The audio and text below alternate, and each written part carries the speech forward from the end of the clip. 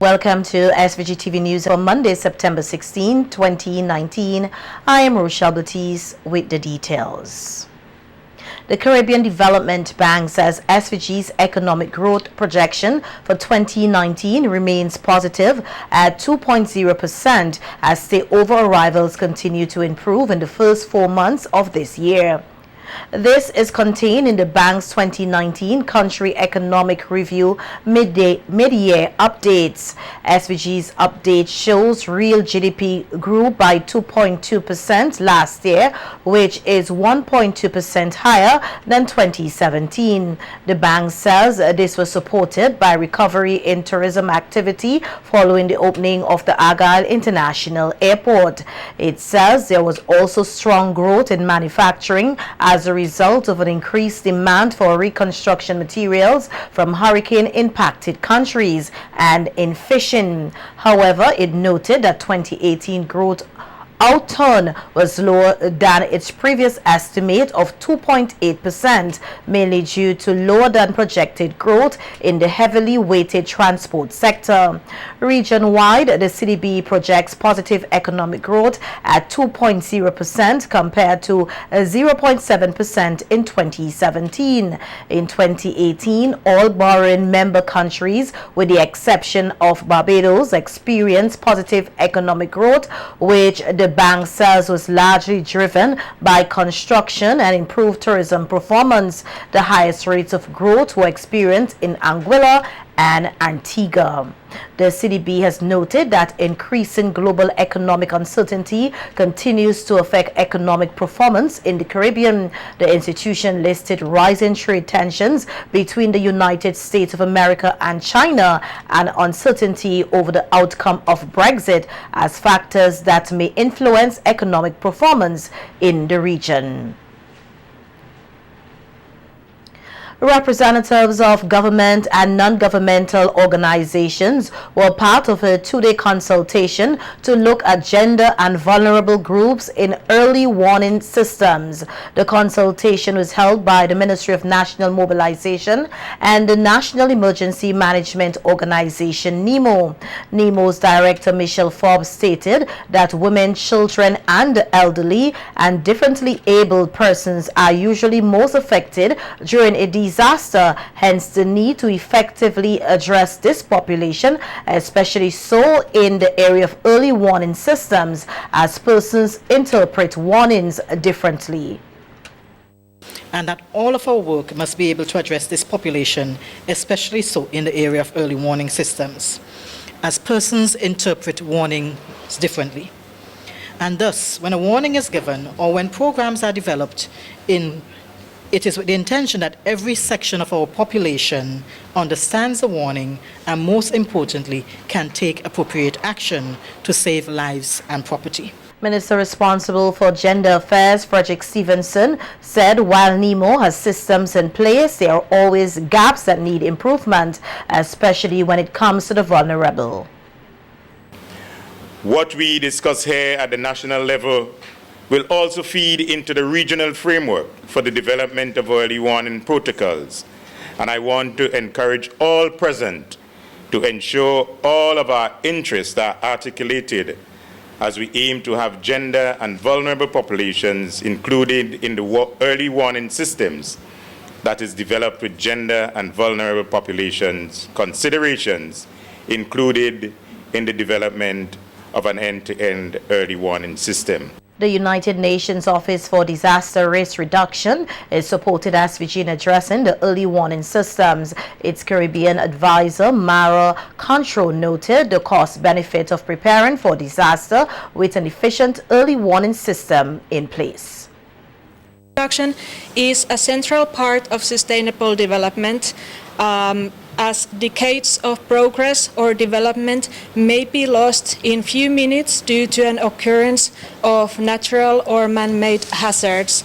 That is why it is very important to work with disaster risk reduction and at the same time recognize that $1 invested in disaster risk reduction and prevention can save anywhere up to $15 in post-disaster recovery. Early warning systems are essential part of functional disaster risk reduction. NEMO's early warning systems for the gender and vulnerable involves local partners such as the Central Water and Sewage Authority, the Met Services, and SVG Red Cross.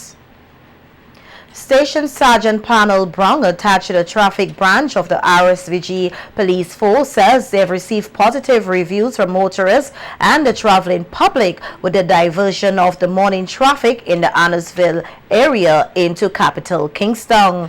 On Monday, September 2nd, the gates at the decommissioned E.T. Joshua Airport was opened to allow vehicular traffic across the runway in an effort to ease traffic congestion in the area in and out of capital Kingston. On Sunday's Viewpoint program on SVG-TV, Station Sergeant Brown said everyone seems to be happy with the new arrangements. But this was made possible through the effort of the Superintendent in charge traffic, Superintendent John and his men, along with the Commissioner of Police and the Ministry of Transport and Works, along with the Minister Francis, who did everything within their powers to ensure that the way from the airport going down to the police garage, going round to Annesville, King Garden, is somewhat motor accessible. They have done some paving of roads and so on to make sure that motorists are comfortable driving along that road. And as early as 5:15, the traffic out of Kingston on evenings is cleared, and as early as 8:15 at mornings. Motorists are very happy with the new diversion, and I want to once again commend the persons who are responsible, the traffic department, along with the superintendent and the Minister of Transport and Works, along with Baxter.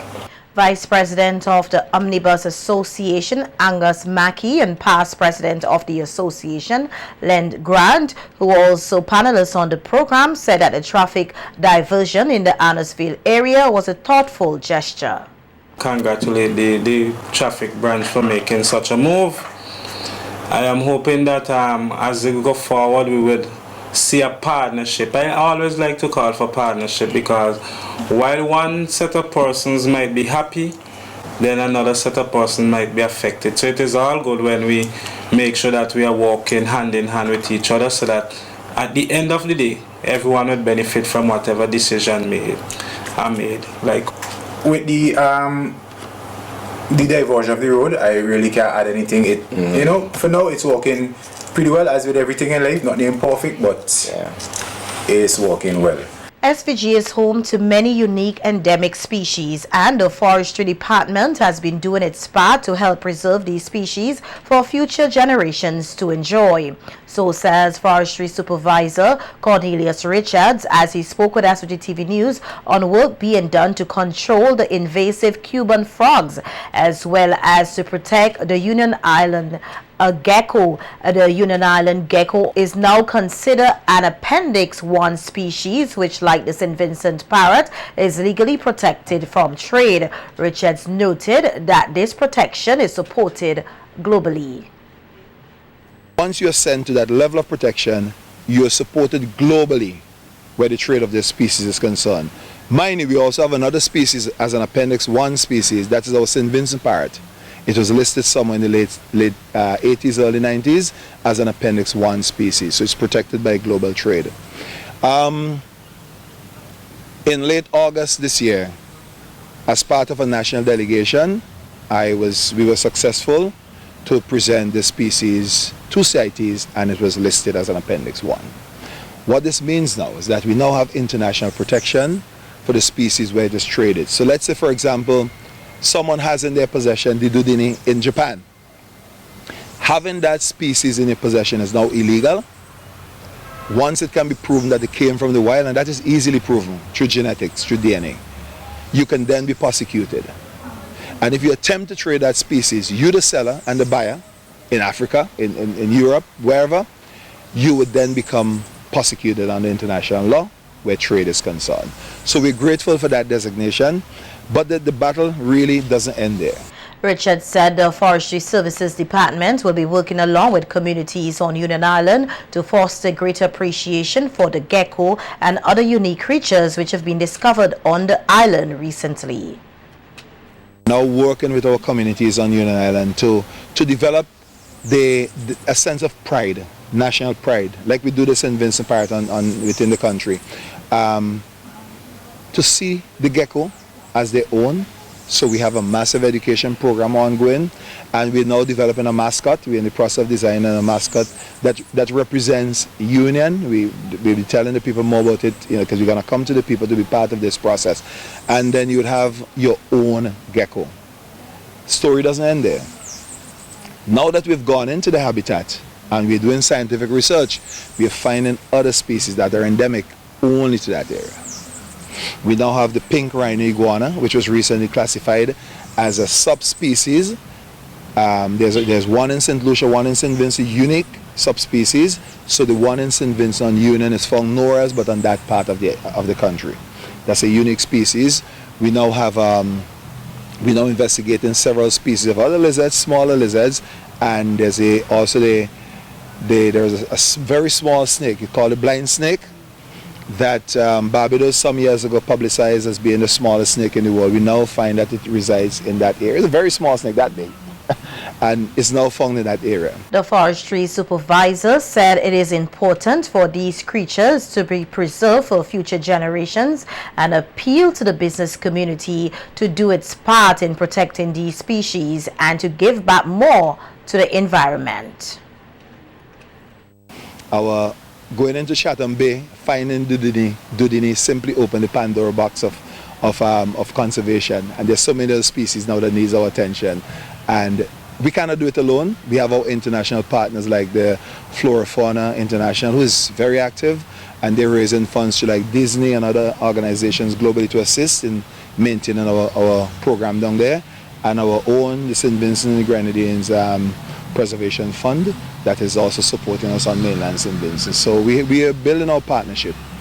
One of the things we would like to do though is to encourage corporate organizations that has the capacity to support our credit unions, factories, our companies that are making some turnover and can give something back. We are going to be approaching you, asking you to adopt our environment. For example, there are companies on the island who are using water for the production of goods and so on.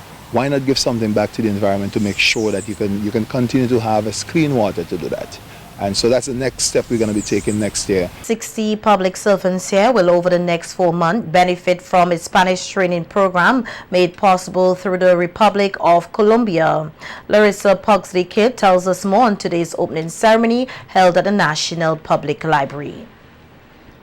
Nurses, Coast Guards, immigration officers, and foreign affairs staff are among the first batch of 60 public servants receiving training in the Spanish language. Those identified would, at some point, need to use the language in their respective workplace. The Ministry of Foreign Affairs and the Colombian University, Universidad Pontificia Bolivariana, collaborated to have this first-of-its-kind language program for public servants. Permanent Secretary in the Foreign Affairs, Sandy Peters Phillips, says it augurs well for the exchange of cultures between SVG and the Republic of Colombia. Activities related to the promotion of Spanish and English as foreign languages used as a mechanism to strengthen educational and cultural ties between the Republic of Colombia and St. Vincent and the Grenadines, and importantly, shares the view that culture is a solid base to underpin fraternal civil, political, socio-economic human relations between the nationals of the respective states.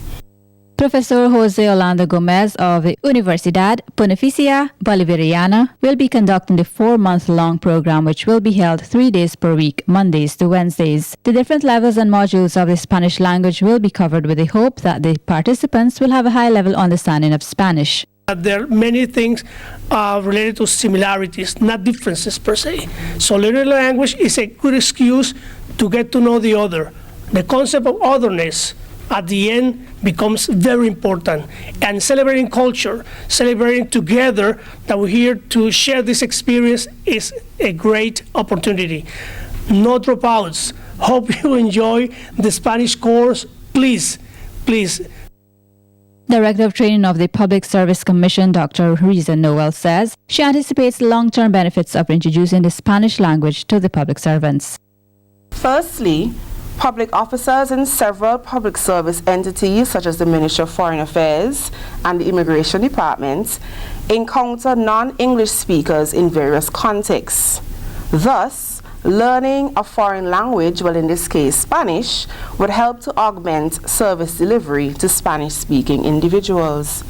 Secondly, research shows that foreign language study creates more positive attitudes and less prejudice against persons from different cultures. St. Vincent and the Grenadines and the Republic of Colombia share 38 years of relations, which was further strengthened in 2013 with the South-South cooperation. Reporting for SVG-TV News, Larissa Pugsley-Kidd. The SVG Open Campus of the University of the West Indies is boasting a record increase of students' enrollment for the new academic year. As we hear in this report, the increase is attributed to more persons locally seeking tertiary level education. For the first time, the SVG Open Campus of the University of the West Indies recorded more than 500 students registering for various courses this academic year. Marketing Assistant at UE Open Campus SVG, Ronnie Daniel, credits the government's education drive for the increase, noting that more persons now see the need to access tertiary education. At this time, the existing government policies have allowed almost everybody to access tertiary education, because through the open campus, persons could start at the very basic in terms of a certificate level, or you may wish to be admitted as a specially admitted student. So you could do a course that you may see something in a program that you like, and you could enroll and register as a specially admitted student. Daniel noted that courses in demand are the short-term courses, which are certificate programs, as well as the BSc management courses. The BSc management studies, but we also have a few other programs in political science, social work. I think the educational courses are gaining some ground, although again we have offered quite a few programs here at the Open Campus in education over the years. There are more than 40 courses offered, with a number of them accessible online. This year, the new programs being offered are in sports. One of the excitement is, for the first time, the Open Campus is offering an undergraduate program in sports. So we've just started, just this September, the BSc in Sports Management. You could also do the BSc in Sport Coaching, and also you have kinetics. So we have quite a few persons who have expressed an interest, who are enrolled in those programs. Registration for January 2020 is now on the way, and persons are being encouraged to invest in at least one of the programs being offered. We tend to promote education as a lifelong experience. It's lifelong learning, and so while getting a degree is important for promotion and so on in the workplace and for personal development, we also say it is for life, really. The SVG UE Open Campus site is currently under reconstruction, which is expected to be completed in time for the second semester, which starts in January. Reporting for SVG-TV News, Larissa Pugsley-Kidd.